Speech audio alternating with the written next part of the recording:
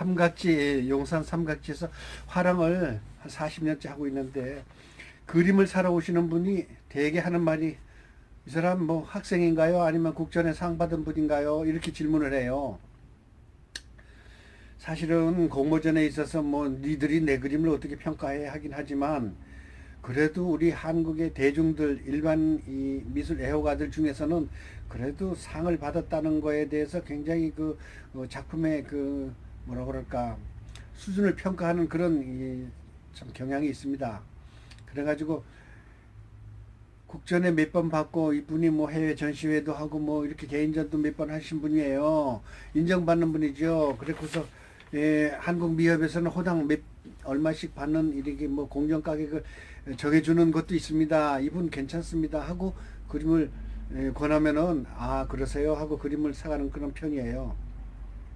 그래서 미우나 고우나 공모전을 안 할 수가 없습니다. 근데 그것 말고도 뭐 개인적으로 그 인정받는 그런 작가들도 많긴 하지만 일반적인 것은 하여튼 뭐 국전이나 기타 공모전에서 상을 받는 거를 많이 이 일반 고객들이 하고, 또 그림은 자기가 그리긴 하지만 남에게 보여주고 또 능력이 되면 작품을 팔기까지 하잖아요. 그럴 경우에 대개 이제 경력을 많이 따집니다. 근데 우리나라 사람들은 왜 그런지 뭐 그걸 굉장히 따져요. 그렇다 치고 뭐 우리 한국의 조류가 그렇고 미술계에 그렇고 또 화단이 그러니 어떡합니까? 자, 이거 한번 보여드릴게요. 뭐 도배지 같다고요? 자, 보세요. 뻘겋죠? 이게 2018년 대한민국 미술대전 비구상 부분에서 대상을 차지한 정경희 씨 작품이에요. 저는 이제 실제 작품을 보진 않았지만 주홍색 계통에다가 뭐 버밀리언 틴트, 뭐 옐로우 틴트 이런 계통의 그림인데, 글쎄 마테리얼가 어떤지 정확한 건 잘 모르겠지만 그림이 제가 난생 처음 본 칼라 톤이에요. 글쎄 일반 공모전에서 심사위원들이 하는 말이 그냥 고루한 거, 너무 평범한 거, 그런 거는 잘 안 뽑아요. 난생 처음 본 거, 이야 희한하다, 이것도 특별한데 연구 많이 한 작품이네, 개성 있네, 이런 걸 많이 찾습니다. 특히 제가 정확하게 말한다면은 대한민국 미술전 대전에 13번인가 14번인가를 냈어요. 그래가지고 3번을 했으니까 얼마나 많이 미끄러졌습니까? 지금은 목동에 있는 그 저 한국 미협 사무실에서 이걸 접수를 받는데, 제가 했을 때는 저기 과천 대공원 있죠. 그 뒤에 가면 그 국립현대미술관이 있어요. 거기에서 받았어요. 그러는데 작품 100호짜리를 싣고 그 작은 택시에는 안 되잖아요. 자가용어도 안 되고 용달차를 타가지고 거기까지 가는데 보통 3만 원이에요. 지금은 뭐 더 올랐겠지. 근데 그걸 싣고 가가지고 되면 다행인데 떨어져가지고 그걸 다시 싣고 저 뭐야 그 사당동을 지나서 이렇게 다시 올라면 엄청 속쓰립니다.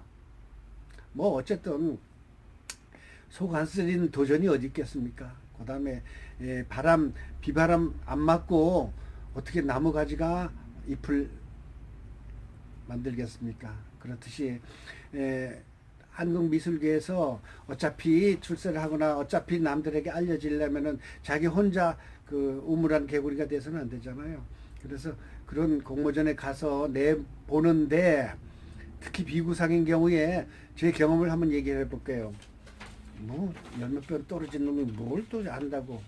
근데 열 몇 번 떨어지면서 하나하나 느낀 게 있어요.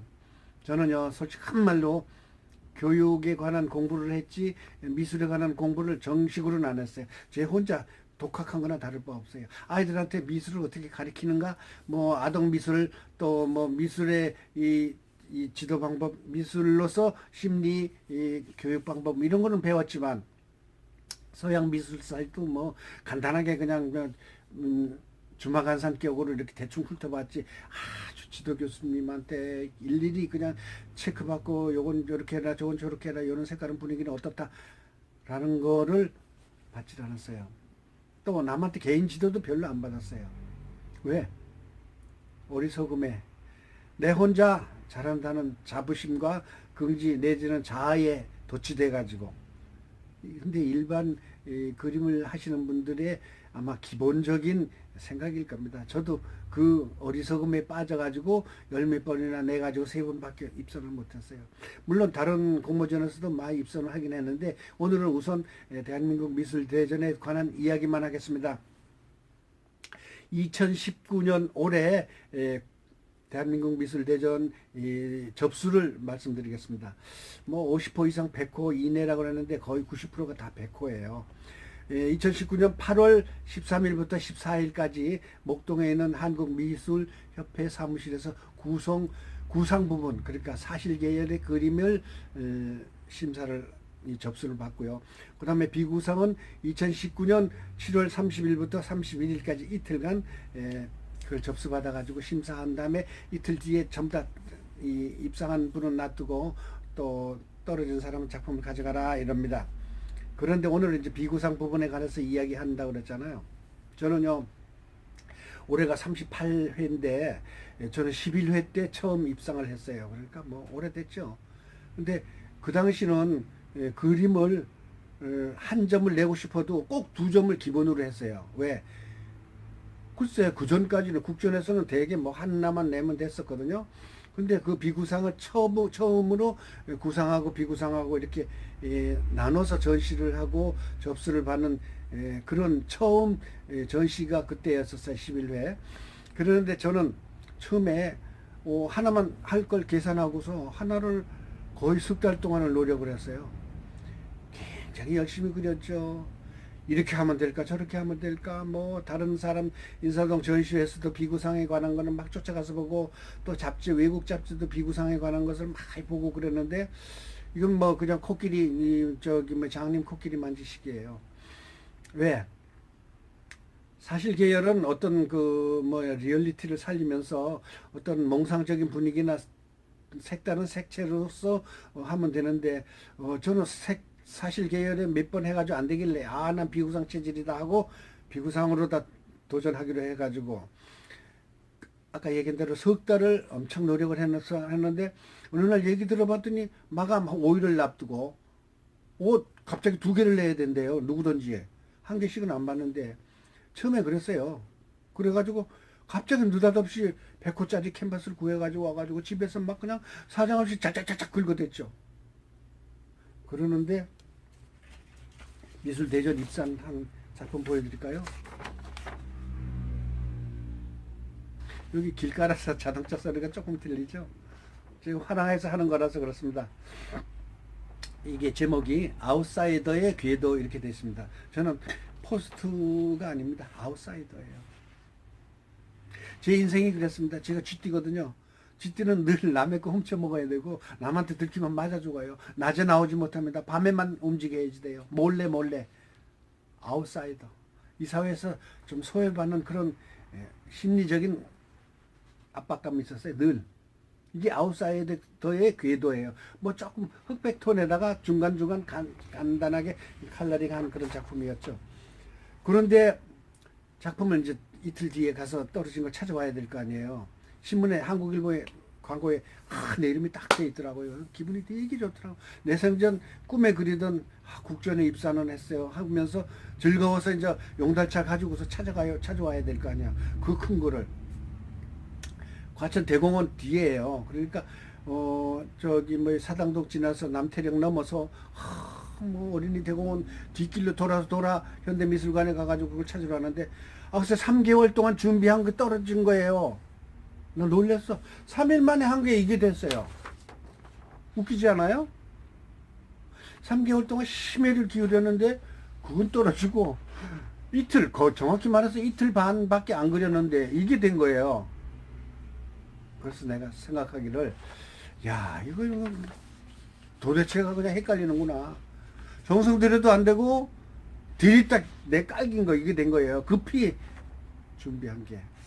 그래서 내 이 그림이라는 게 비구상이라는 게 그때 이제 그 뒤로 참 입상한 것도 좀 보여드릴게요. 이것도 입상한 거예요. 그 다음에 이것도 입상한 거고 또 그 뒤로 뭐 여러 번 이제 도전했다가 떨어졌는데 이제 그렇게 3번 입상한 걸로 돼 있고요.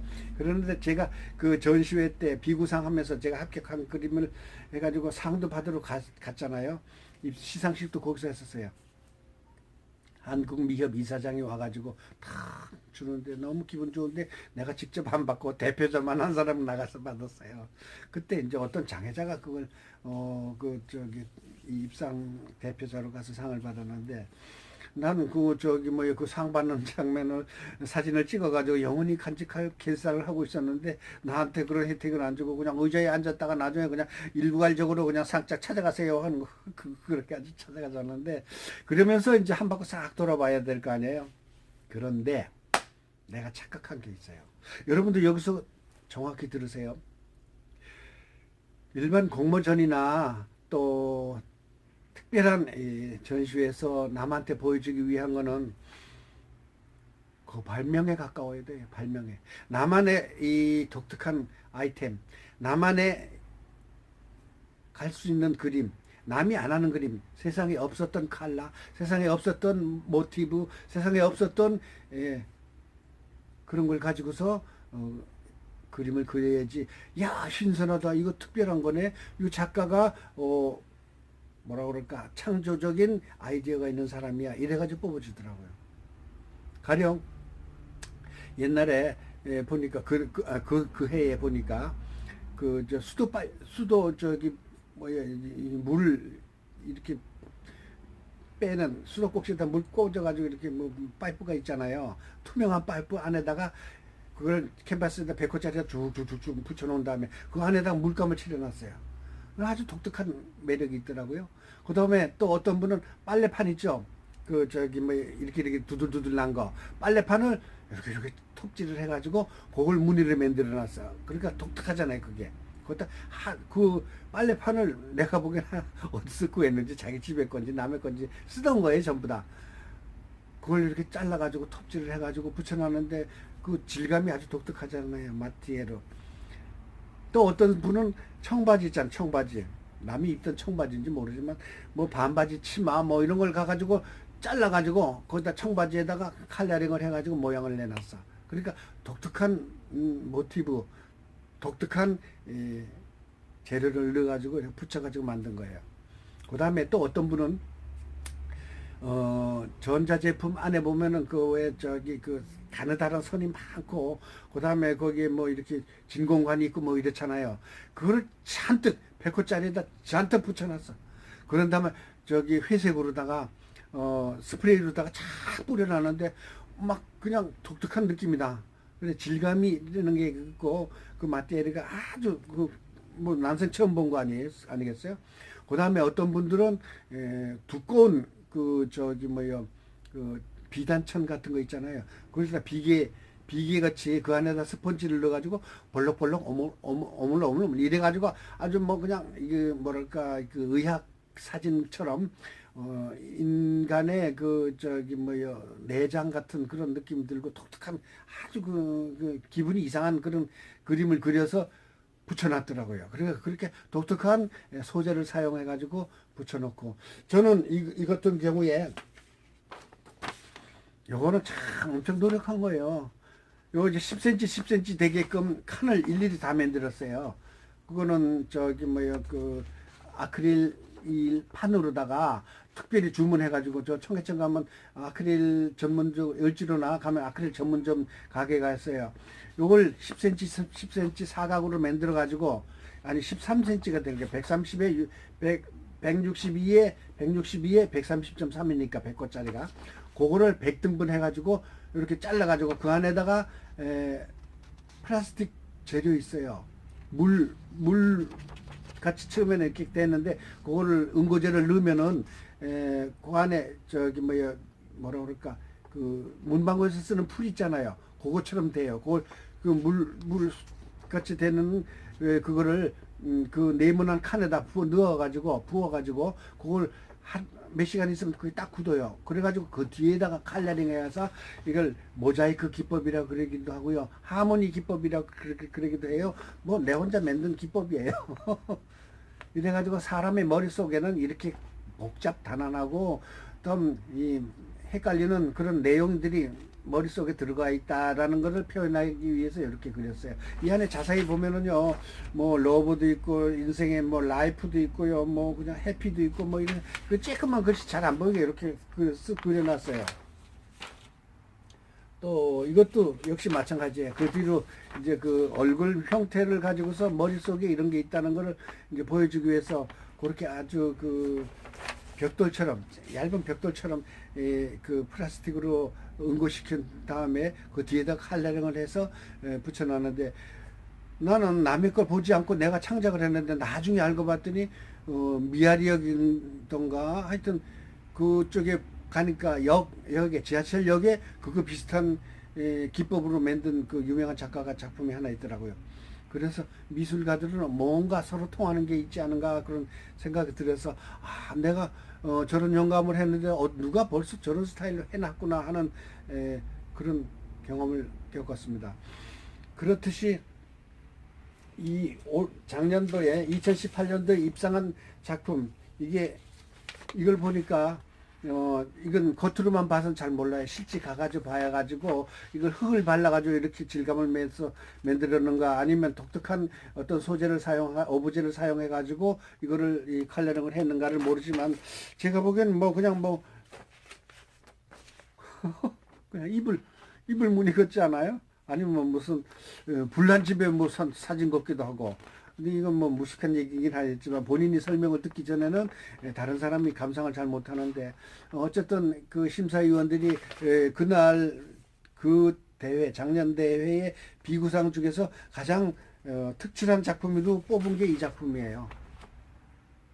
참 쉽고도 어렵잖아요. 그렇죠? 이 사람이 어떻게 해서 이렇게 연구를 했는지 모르지만, 어쨌든 제가 외국의 이 공모전이나 아니면 유튜브에서 외국에 있는 그 아트 갤러리, 아트 페어를 보면은 정말 이해 못하고 그런 작품들이 많아요. 요즘에 미술 내지 특히 비구상인 경우, 또 설치 미술인 경우에 본인 이외에는 아무도 모르는 작품이 많아요. 그러나 저 사람은 왜 이렇게 표현했을까? 저런 방법으로 그림을 다 그렸네. 저런 스타일도 다 있네 하고 보여주는 거예요. 그게 또 추세예요, 요즘에.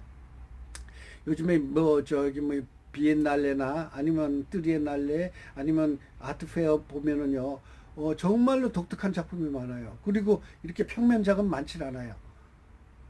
그러나 이제 평면장만 전시하는 그런 아트페어도 있긴 하지만, 요즘에 비구상의 추세가 독특한 기법, 독특한 컬러, 나만의 기법, 그 다음에 사진을 가지고서 변형시켜주고 만드는 방법, 그 다음에 조각 비슷하게 모든 변형을 이루어 가지고 조각이야 그림이야 이게 뭐야 회화야 스컬프처야 하고 따지는 사람이 있듯이, 그렇게 이해 못하는 스타일이긴 하지만 남들이 안 하는 스타일, 세상에 없는 그림, 나만의 창작, 이거를 요즘에 현대 회화에서 찾고자 하는 아마 그 뭐라고 할까, 장르가 아닌가 싶습니다. 여러분도 자기 나름대로의 독특한 기법, 자기 나름대로의 개발, 발명에 가까운 노력, 그걸 해가지고 이렇게 남들과 비교해가지고 나만이 제일이다. 나는 남들보다 월등해. 나는 전지전능해. 라는 자부심은 버리고 노력을 해가지고 남들한테 평가도 받아서 인정을 받는 그런 화가가 되시기 바라겠습니다. 그림 누구든지 다 그리죠. 그러나 누구든지 못하는 그림, 그게 아마 공모전의 취지가 아닌가 싶습니다. 대한민국 미술대전 비구상에 관한 이야기, 오늘 김수영의 미술교실 공모전에 관한 힌트 첫 번째로 얘기했고요. 두 번째는 사실계열 그림을 이야기해 보겠습니다. 그러니까 구상하고 비구상 이렇게 되어 있는데, 우리나라 사람들은 이제 비구상을 갖다가 추상 이렇게 얘기하는데, 그 말이 정확한 건지 아닌지 모르지만, 안 그래서 안 맞길래 비구상이라는 타이틀로 공모전을 하는지 모르겠지만, 어쨌든 뭐 비구상이라고 해도 사실 계열의 그림이 조금씩 들어가는 경우도 있어요. 부분 전체적인 거는 사진과 똑같은 거는 반드시 리얼리티에다가 구상에 속하고, 또 지금 비구상 내지는 이 반추상 계열의 그림도 비구상 이 부분에 들어가니까 여러분 대한민국 미술대전에 도전해서 반드시 성공하시기 바라겠습니다. 뭐 부정이 많다, 뭐 말이 많다 그러는데, 그렇대도 우리 미술계가 그러면은 제가 보기엔 많이 이 개선이 되고 많이 이 발전이 된 것 같아요. 옛날에 그런 소리가 많이 들렸죠. 국전에 뭐 얼마 줘야 된다, 뭐 얼마 줘야 된다 그러는데, 지금은 저는 솔직한 말로 10원 하나 안 보탰어요. 어디 가서 누구한테 뭐 이렇게 해달라 소리 한 번도 안 했어요. 그러는데 3번 입상을 했잖아요. 근데 당시에 비구상 작품 응모작이 550편이었는데 155편이 입상했어요. 요즘에 같은 경우는 내가 정확히 잘 모르는데, 제가 경험한 바로는 11회 1993년인가 5년인가 그래, 하도 오래돼서 그때 입상을 한 경험은 550개 작품 중에서 155개가 입상이 되는 그런 영광을 차지했습니다. 그 중에 저도 끼었고요. 여러분, 도전은 아름다웠습니다. 꿈은 이루어집니다. 여러분, 도전하세요. 인생은 도전입니다. 저는요, 나이 관계없이 권하고 싶어요. 그 다음에 미술 아무나 할 수 있어요. 또 고갱이 그랬잖아요. 43살인가 은행 직원을 때려치우고 그림 그리기 시작했잖아요. 아름다움을 창조하고 인생을 아름답게, 세상을 아름답게, 그림 얼마나 좋아요. 여러분 도전하세요.